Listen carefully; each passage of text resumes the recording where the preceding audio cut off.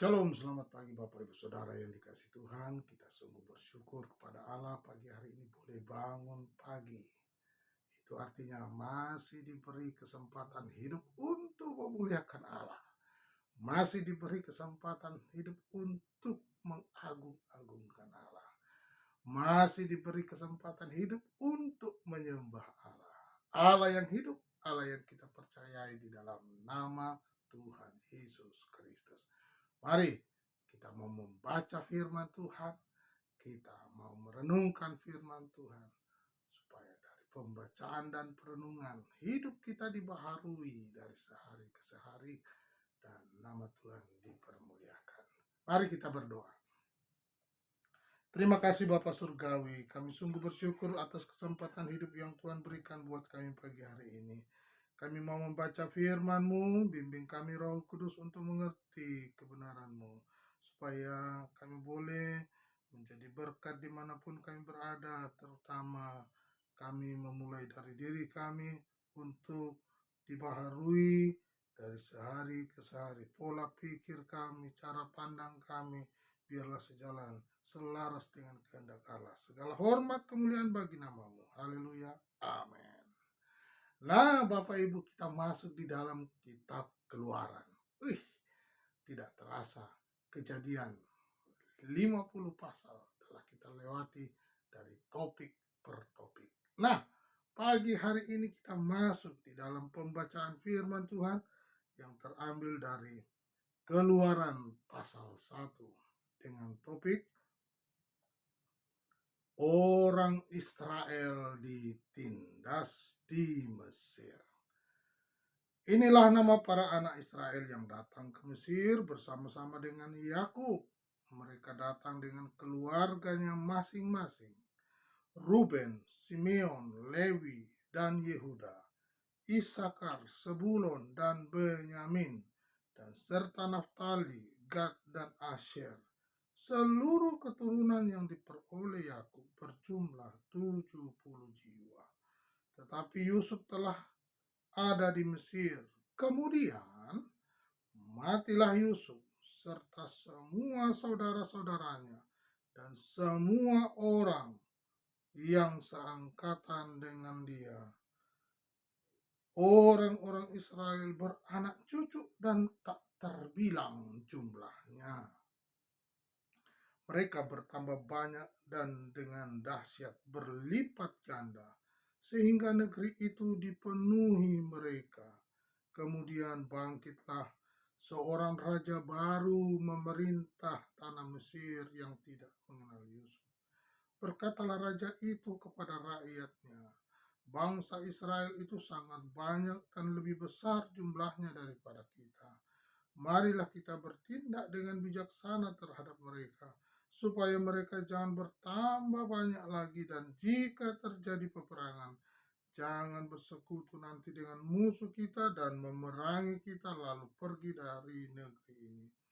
Sebab itu, pengawas-pengawas Rodi ditempatkan atas mereka untuk menindas mereka dengan kerja paksa. Mereka harus mendirikan bagi Fir'aun kota-kota perbekalan, yakni Pitom dan Ramses. Tetapi makin ditindas, makin bertambah banyak dan berkembang mereka, sehingga orang merasa takut kepada orang Israel itu.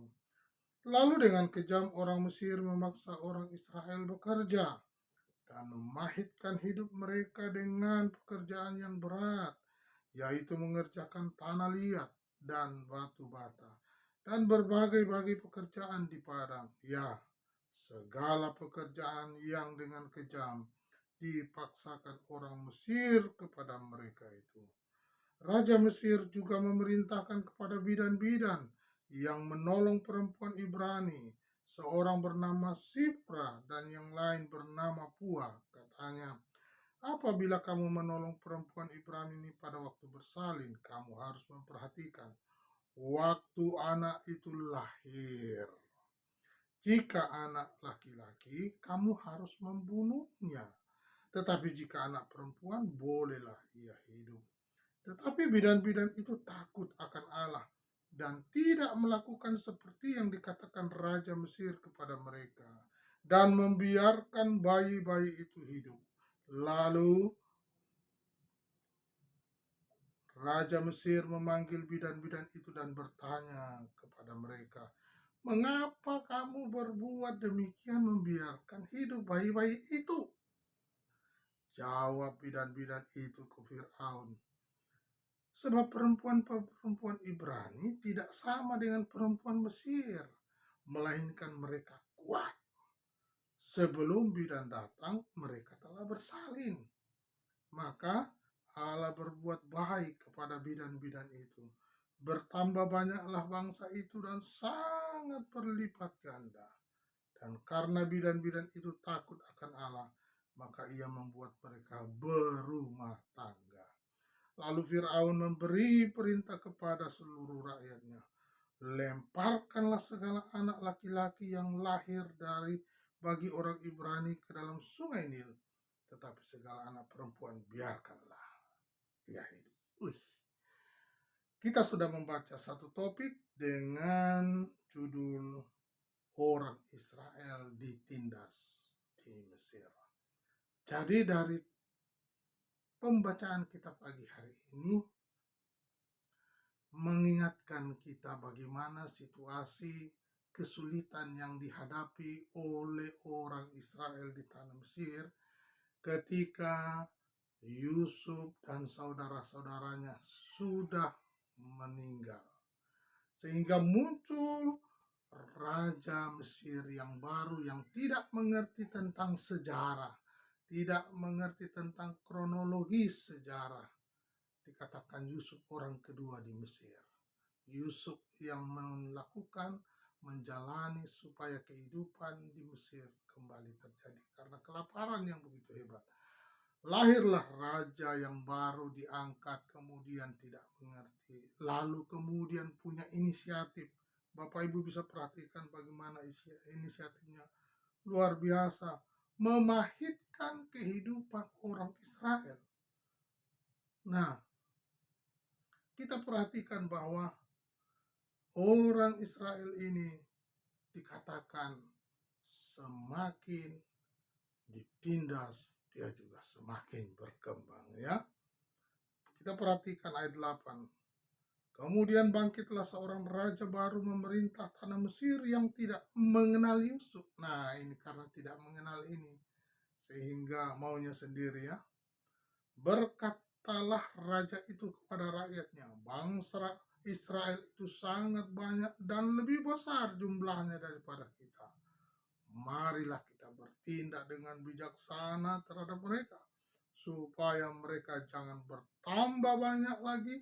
Dan jika terjadi peperangan, jangan bersekutu nanti dengan musuh kita dan memerangi kita lalu pergi dari negeri ini. Nah, mulailah pikiran itu muncul Bapak Ibu.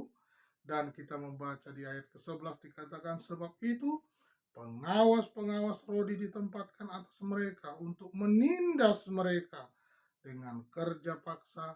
Mereka harus mendirikan bagi Firaun kota-kota perbekalan, yakni Pitom dan Ramses. Tetapi makin ditindas, makin bertambah banyak dan berkembang mereka sehingga orang merasa takut kepada orang Israel itu. Perhatikan poinnya. Tetapi makin ditindas, makin bertambah banyak dan berkembang mereka. Luar biasa Bapak Ibu. Ini juga janji Allah kepada Abraham. Dikatakan, coba lihat bintang-bintang di langit. Kalau kau bisa hitung, begitulah nanti jumlah keturunanmu. Sangat banyak. Tetapi dalam prosesnya tidak begitu mudah. Bapak Ibu, ada proses yang harus dilalui. Dan itu terjadi kepada bangsa Israel di tanah Mesir. Tidak cukup dengan kerja rodi, kerja paksa. Bapak Ibu perhatikan bagaimana kehidupan mereka. Ya, upaya yang tadi bijaksana, sekarang upaya yang kejam. Ya, upaya yang kejam itu perhatikan. Ya, dan dikatakan bagaimana mereka punya bayi-bayi yang laki-laki itu harus dibunuh. Ini namanya harus dibunuh, sementara yang bayi perempuan harus dibiarkan. Supaya tidak melanjutkan keturunan. Tetapi Alkitab mencatat, semakin ditindas, semakin berkembang. Apa yang terjadi dalam hidup kita, biarlah kita tetap setia kepada Tuhan. Sekalipun ada ancaman-ancaman, sekalipun ada yang dengan skenario memahitkan kehidupan Bapak Ibu Saudara, Tuhan tetap memperhatikan kita. Kalau bangsa Israel tetap terpelihara, kita yang menjadi anaknya, kita yang menjadi pribadi yang memuliakan Tuhan, kita percaya kita juga diperhatikan oleh Tuhan. Biarlah pagi hari ini kita mau tetap semangat menjalani kehidupan kita pagi hari ini. Sekalipun begitu pahit perjalanan hidup di negeri tercinta ini, bagaimana orang-orang percaya kepada Kristus tidak mendapat bagian yang sepantasnya. Tetapi Allah memperhatikan orang-orang yang percaya. Tuhan akan tetap dan terus menolong kita. Sekalipun dikatakan bagaimana ide yang kejam daripada Raja Mesir, dan yang terakhir dikatakan dia akan dihanyutkan di sungai Nil. Kita sebagai orang percaya, sekalipun kita dihimpit, sekalipun kita ditindas, tetap diberkati, ditolong, dan dipelihara oleh Tuhan. Amin, saudara. Yakinlah akan pemeliharaan Tuhan. Pagi hari ini tetap semangat, sekalipun kehidupan kita, sekalipun apa yang kita jalani pagi hari ini, kita dalam proses kehidupan yang dibentuk oleh Tuhan, tetap kuat, tetap semangat. Tuhan Yesus memberkati.